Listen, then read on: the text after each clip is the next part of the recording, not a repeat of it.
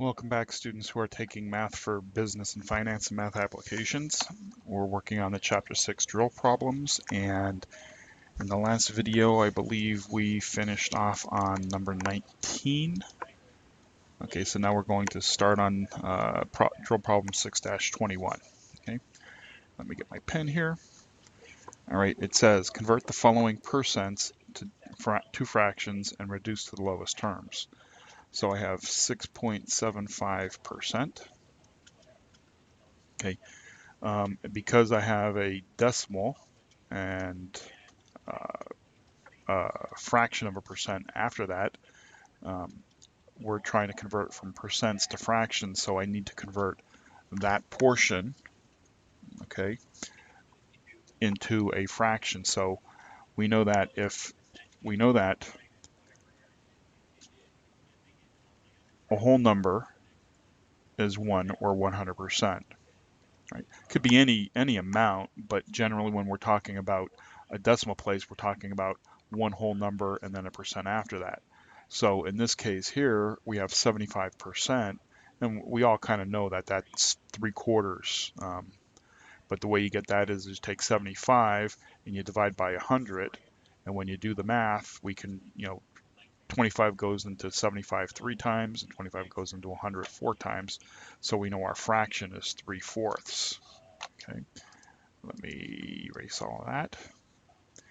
All right, so we know that now we have 6 3/4.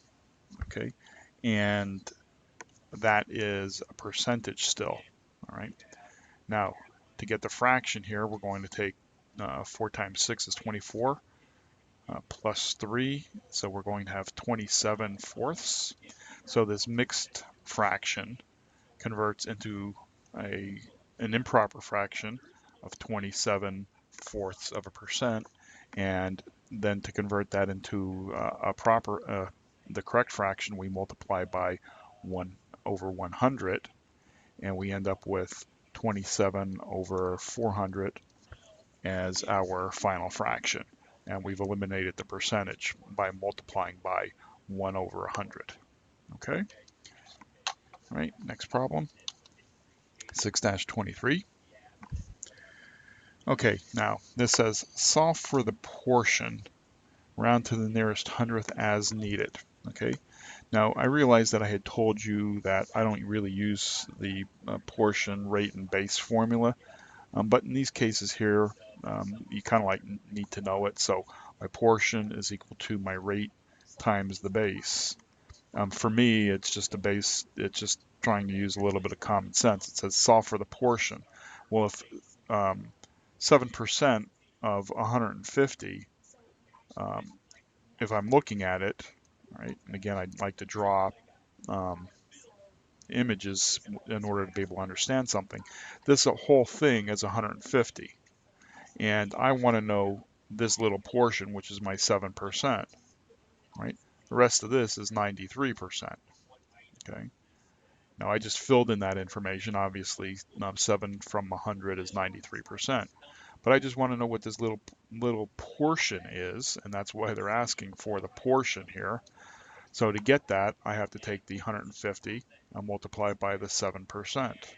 Okay, and when I do that, obviously I have to convert the 7% into a decimal. So that means I'm going to move the decimal places to the left 2 places, because remember I had 7.0, and if I move it 1, 2, put the decimal here, I end up with 150 times 0.07, and when I do the math on that, I end up with 10.5 as my final answer. That's my portion, and that kind of makes common sense, because if I have 10.5, that's an awful small amount, okay? And if I take 150 minus the 10.5, okay, I end up with 139.50, right? That's a huge amount in comparison to the 10.5, so I can be relatively comfortable with knowing that my 10.5 is the correct answer, right? Because 7% is a small number, 139.50 is a large number of 93%. Logically, it makes sense. Okay, so 6-25. Again, we're going to solve for the portion. So that's portion is equal to rate times the base. Again, same type of thing. I have 410 times 25%. I convert the 25% into a decimal by taking the 25, moving the decimal place over 2 places. Right? So I have 410 times 0.25, and if I do the math on that with a calculator, I end up with 102.50. And if I think about it, I'm not going to keep on doing this, but just to get you in a habit, here's 410. 25% is this portion here, 25%, right? The remainder is 75%. 25 from 100 gives you 75. Well, that means that should be 1/4 of that, okay? And even though we're converting the percentage, right? Remember, 1/4, I could have done it this way as an alternative way, 25 over 100, right? 25 can go into 25 one time, 25 can go into 100 4 times. So 25% is 1/4. And I could have went and said 410 times 1/4 if I was looking at it from a fraction perspective, and then reduce to the lowest terms. 4 can go 1, 0, 2.5, right? And then multiply across over 1, all right? Get my same answer. Right? Yes, it's giving me a percentage, and it's saying solve for the portion, okay? And all I really needed to do was just convert the percent into a decimal and multiply, but notice that I could have used it as a fraction, okay, and gotten the same thing. And then for a common sense level, this is approximately 100, right? And this is approximately 400. Well, that means the difference is 300, which would be 3/4, versus the 100, which would be 1/4, okay? Just as a little reference there. Okay, 6-27. Again, portion is equal to the rate times the base. So I have 900 times 17.4%. 900 times, and I move the decimal place over 2 places. So I end up with 900 times 0.174. And when I multiply that out, using a calculator, or actually I could go, I could do it.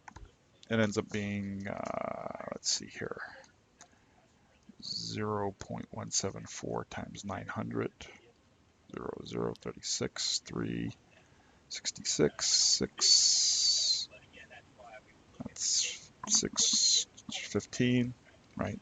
Then I have 1, 2, 3, 1, 2, 3. So I end up with 156.60, okay, or 156.6. That's the answer for that one. Okay, next problem. Again, solve for the portion. Portion is equal to rate times the base. So I have 919 times 12.5%. Okay. Well, to convert the 0.5%, that's 12.5%. So I have 919 times 12.5, and I'm going to move the decimal place over 2 places, so I end up with 919 times 0.125. That's the decimal. And if I do the math on a calculator, which I will do it on a calculator, I end up with 114.88 as the final answer. Okay. 31. Let's see here. Yeah, this will be the last one for this video.